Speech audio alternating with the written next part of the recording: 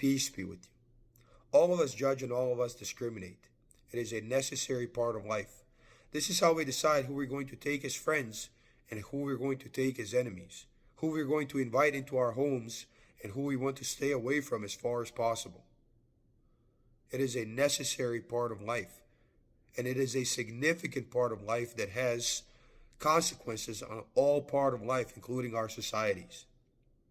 Therefore, it should come as no surprise that God teaches us about this in the Quran and how to do this correctly.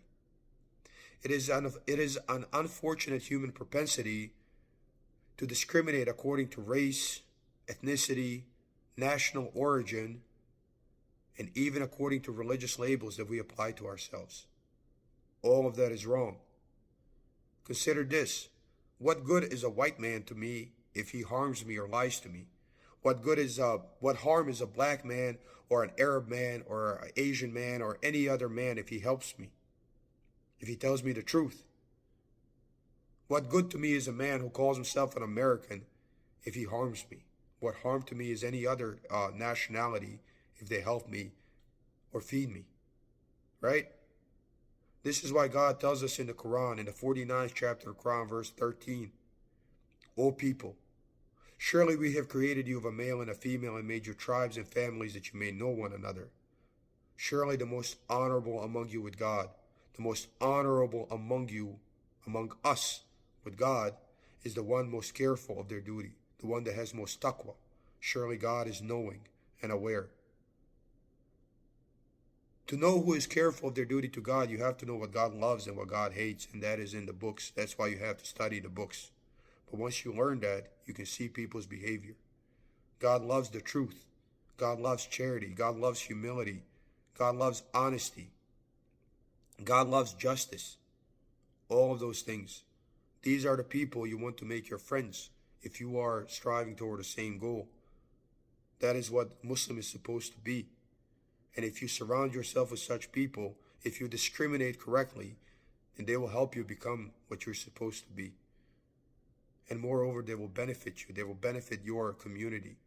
You guys will benefit each other. Contrast that with people who disobey God, who are not careful of their duty to God. Those who lie and cheat and steal and promote injustice. There's a big difference there.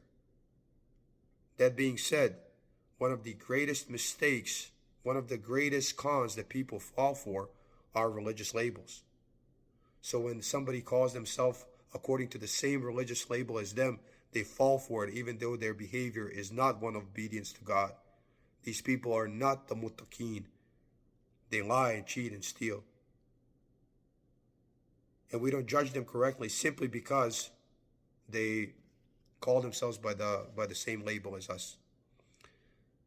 On the other hand, we have people who call themselves by different religious labels, and we judge them more harshly, and we broadly generalize them as if they were all the same simply because they call themselves by a different religious label.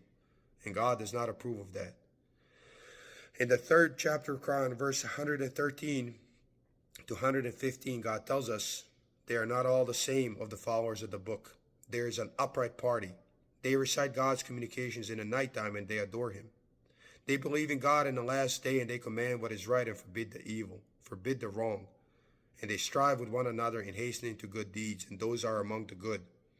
Whatever good they do, they will not be denied it, and God knows those who are careful of their duty. Let me put this in the context for you.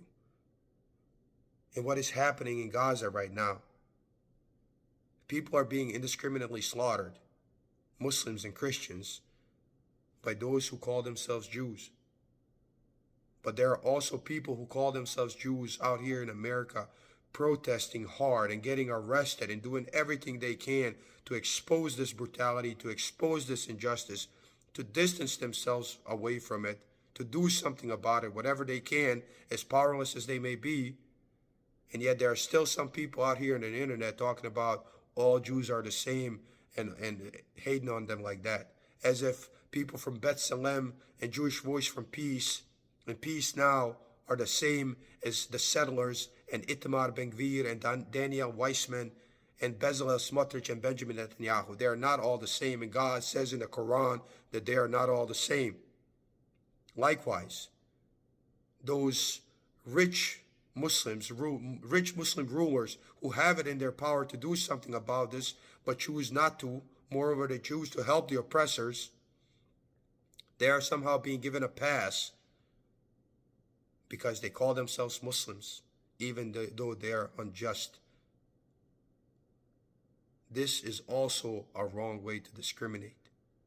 God tells us, most honorable among us are those who are most careful of our duty to God.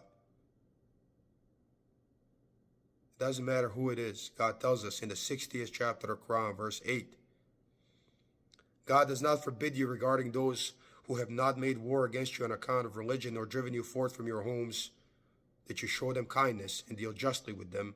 God loves the doers of justice. So when you discriminate from here on out, this is what God says. Look at every person's action and what they are striving towards. Not their skin color, not their ethnicity, not their professed religious label, but their behavior.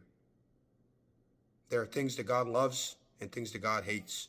And we are supposed to embody what God loves and stay away from things that God hates.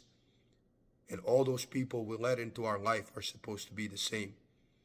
None of us are perfect, but if that is the circles we form, then all of us are going to be more successful than if we discriminate and broadly generalize in the dumbest way possible, as most people do these days. This is what God teaches in the Quran. Peace be with you.